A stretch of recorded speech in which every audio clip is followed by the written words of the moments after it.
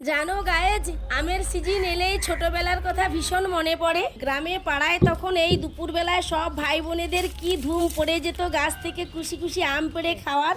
সেই সব দিন কোথায় যে হারিয়ে গেল গায়েজ, ভাবলেই চোখে জল এসে যায়। আমাদের গাছেও বেশ আম হয়েছে গায়েজ।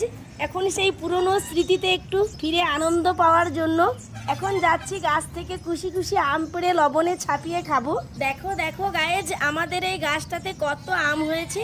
একদিন চলে এসো দুপুরবেলায় গাছ থেকে নরম খুশি খুশি আম পেড়ে সবাই দারুণ জমিয়ে মজা করে গল্প করতে করতে খাবো। তাহলে কথা দিলে আসবে কিন্তু।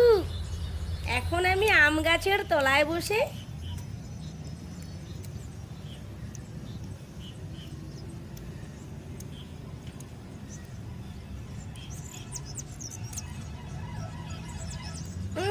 তো কি বলবো গায়ে, একেবারে দারুণ লাগছে।